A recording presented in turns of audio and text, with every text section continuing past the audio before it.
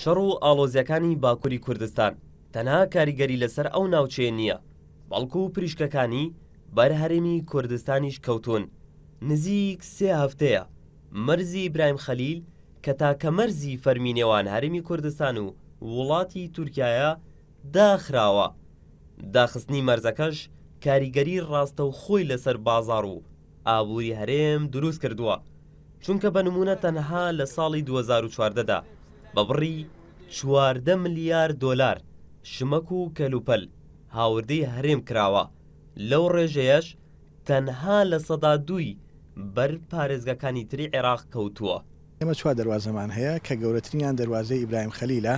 دیارە بەداخستنی ئەو دەواازەیە تەنها بۆ ڕۆژێکیش و بگرە بۆ چەند سەعاتێکیش کاریگەری ڕاستەخۆ دەکاتە سەر جموجۆڵی بازرگانی لە هەرێمی کوردستاندا و کاریگەری ڕاستەخۆ دەکاتە سەر بازارەکانی هەرێمی کوردستاندا و گرانبوونی کاڵا و شمەک لە بازارەکانی کوردستاندا، چونکە لێمان تێک نەچێت ئێمە بە تەواوی پشتمان بە شمەک و کاڵای دەرەوە بەستووە. بە بڕوای بەشێک لە شارەزانی بواری ئابووری، داخستنی مەرزەکە تەنها زیان بە هەرێمی کوردستان ناگەێنێت، بەڵکو زیانێکی زۆری بە ئابووری وڵاتی تورکیاش گەیاندووە کە زۆرترین هاوردی هەرێم لەو وڵاتەوەیە. بە بڕوای پسپۆرێکی بواری ئابووری نەوتیش ئەگەر ئاڵۆزیەکان بەو جۆرە بەردەوام بێت، پێویستە هەرێم بیر لە چارەسەرێکی خێرا بکاتەوە بۆ ناردەکردنی نەوتەکەی، چونکە نەوتی هەرێمیش لە ڕێگەی ئەو وڵاتەوە هەناردە دەکرێت.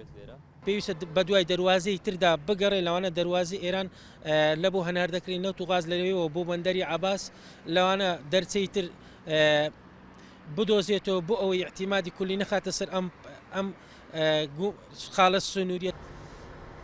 زۆربەی کاڵا و شتومەکەکانی نێو بازاری هەرێمی کوردستان هاوردەکراون، بەرهەمی خۆماڵی زۆر بەکەمی دەبینرێت و دەفرۆشرێن، بەڵام لە چەند ساڵی ڕابردووە و تا ئێستا تەنها شتومەک و کاڵا هاوردە نەدەکران، بەڵکو لەگەڵ کۆمپانیا تورکیەکان کرێکارانیش بۆ کارکردن لە بازار و هۆتێل وە کۆمپانیەکان هاتوونەتە هەرێمی کوردستان.